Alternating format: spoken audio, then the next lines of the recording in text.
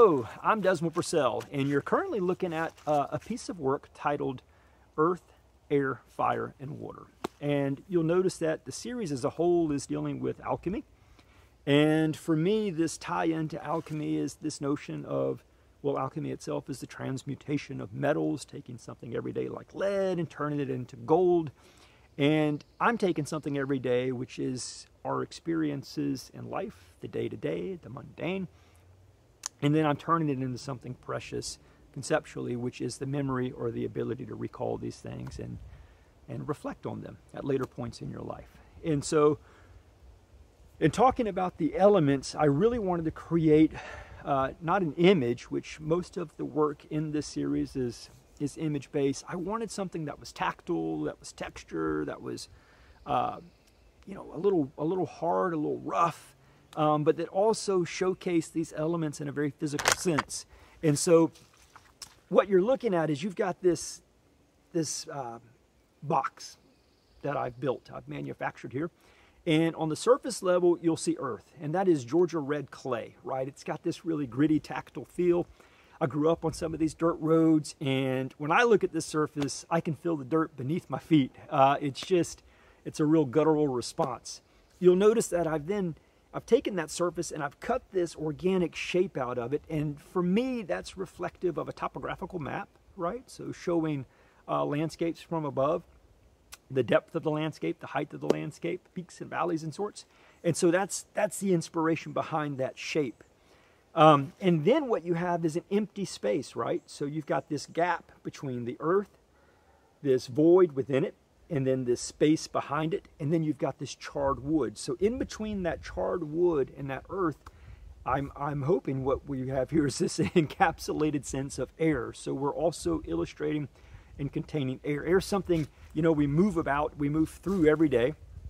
Unlike water, maybe we don't feel it unless a hard wind's blowing against you, but it is something that we're constantly interacting with. And so I've tried to contain it in a sense within this piece. And then behind that you have this really charred, textural black surface. And I really struggled with this portion of the work. So the body of work started, in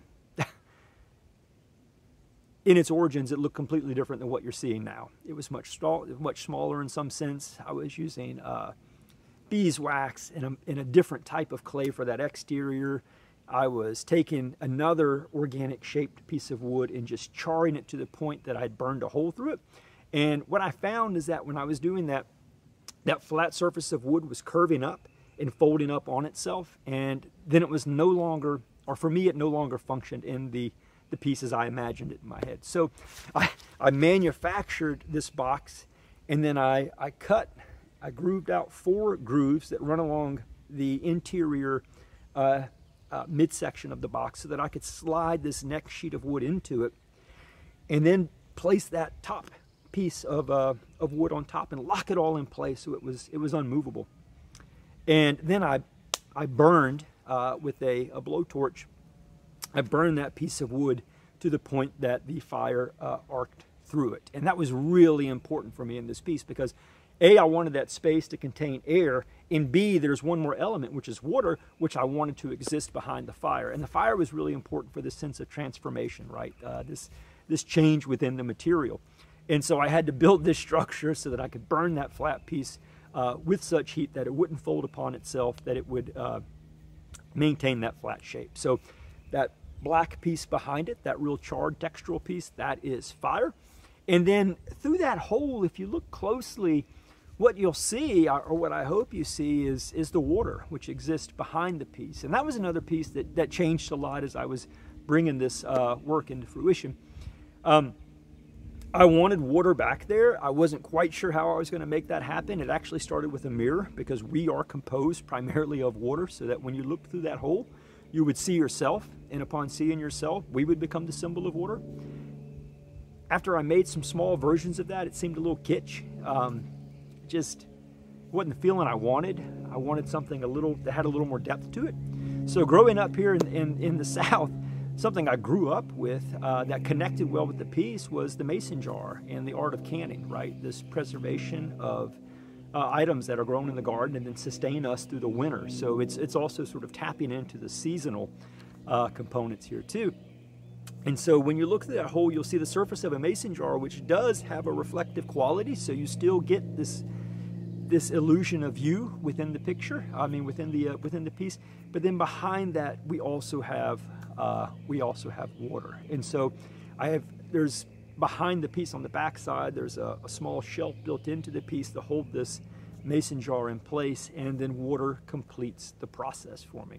This was a really important piece for me to make. I kicked this idea around for some time before finally coming up with something that worked for me both conceptually and physically.